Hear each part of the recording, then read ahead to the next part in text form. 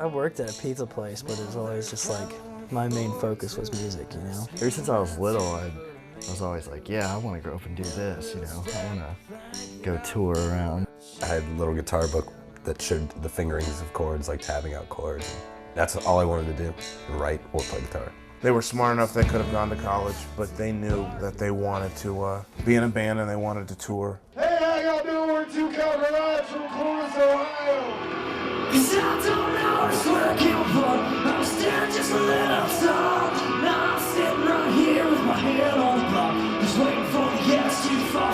Tell me how 2 Cal got together. Well, I placed an ad in a magazine called Peaches.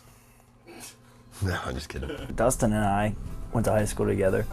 We've been playing together for a while. One day he was just like, hey, I've been playing guitar a little bit.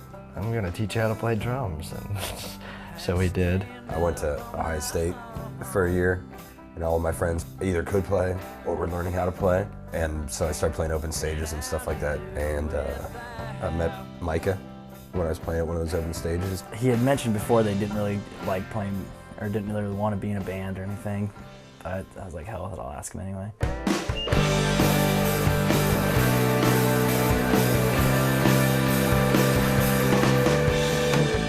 For the next 6 months, we practiced every day for like 6 hours a night. We would just play in the basement until, you know, almost midnight when people would, you know, bitch about the noise.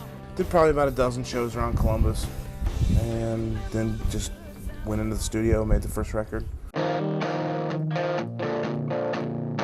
We recorded it at a place called the Rubber Room, which was pretty much a dude's basement. All the songs that are on that record are all the songs that we had. There was no scratch left, you know, there was nothing else. It was a good experience for the first time recording a record, I think, because it was like not a lot of pressure and it was very laid back. How's the album done? I mean, I guess in relative terms, depending on how you look at it, it's either done horrible or it's done beyond what we expected. I mean, certainly I don't think any of us, you know, thought 2 years ago that we'd be in Denton, Texas, recording a record with a couple of guys we all really, really respect as musicians themselves. With 2 Cal, having known them and liking them and just knowing them as people and stuff, I knew, and knowing where they're at as a band, I knew that I could help them, you know, to some degree. So, versus going in just in a studio like they did their last album, going in by themselves with some engineer they didn't know and just getting whatever they get. I think it's pretty obvious to both of us that the band should be represented in a pretty accurate way. I mean, to try and capture what they sound like, not what we're trying to make them into, but what they already are, the best of what they already are, and magnify that.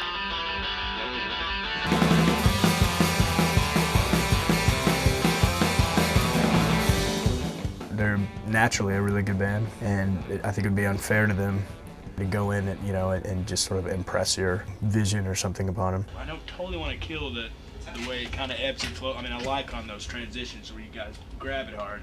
He totally understands the sound that we're going for on this record. He's heard us, you know, he's seen us live. He knows what we're about.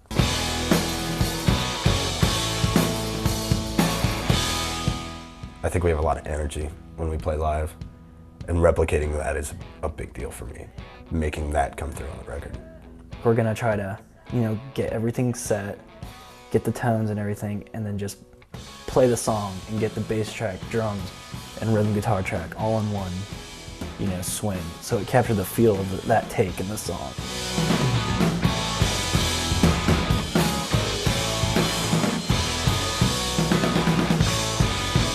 And I think as this record goes on, their uniqueness will become more and more obvious.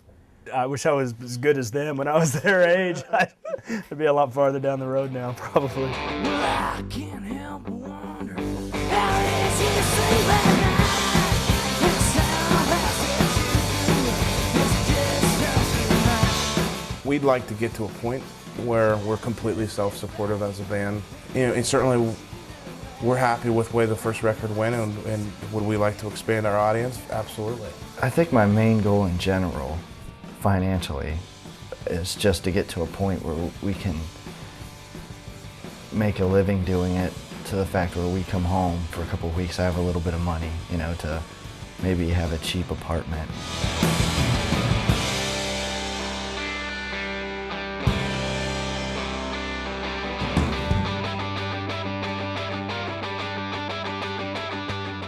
we would love for this record to take us to the next level, you know, like not looking to, you know, stay in places like the Embassy Suites every night or anything, but maybe not have to sleep in the van as much, or, you know, or at all maybe.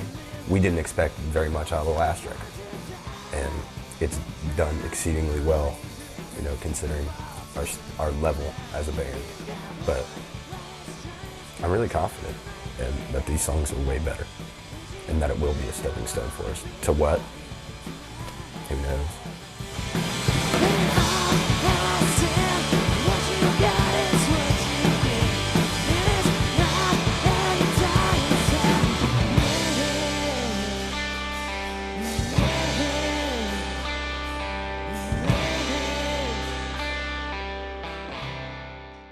This is the Ship Value City Shot and Scene Arena.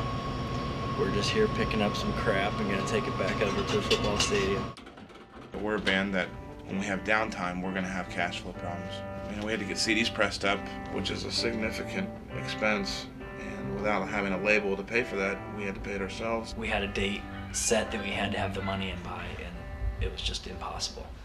We do a wide amalgam of things that require the abilities of a trained monkey. Basically, during the week, I stock up the football stadium. I park cars. I go home, I don't think about this place. I don't want to think about this place because this is not my actual job. You know, if somebody asks me what I do, I don't go, hey, I supervise concession stands at the Horseshoe. I say I'm a musician. I guess from the psychobabble bullshit perspective, I mean, it'll make everybody really appreciate once we get back out. Have a little bit of fire in the belly, so to speak. We're two cow garage from Columbus, Ohio. It's good to be here in Chicago for a CD release party. Tell me, Dad, you come to find everything you've been looking for, as we don't worry about you anymore. You can say it's time to leave when you're gone, you see. Nothing here but some pointed tears. When it's gone, you see, you will say it, yeah.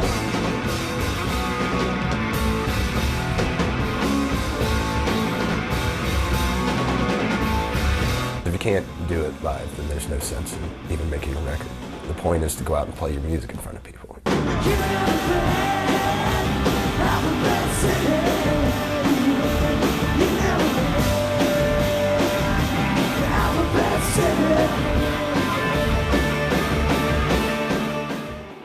We have had our fair share of playing somewhere in front of nobody.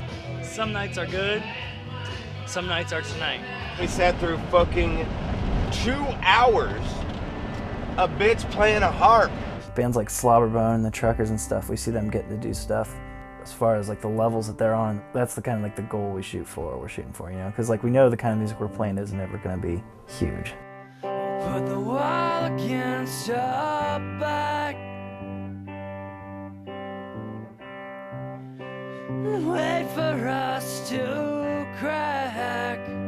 These guys want to be musicians, and that's what they always want to be. And they, to a certain degree, they've accepted the fact that it's pretty sure not going to result in limousine rides and supermodels chasing you around.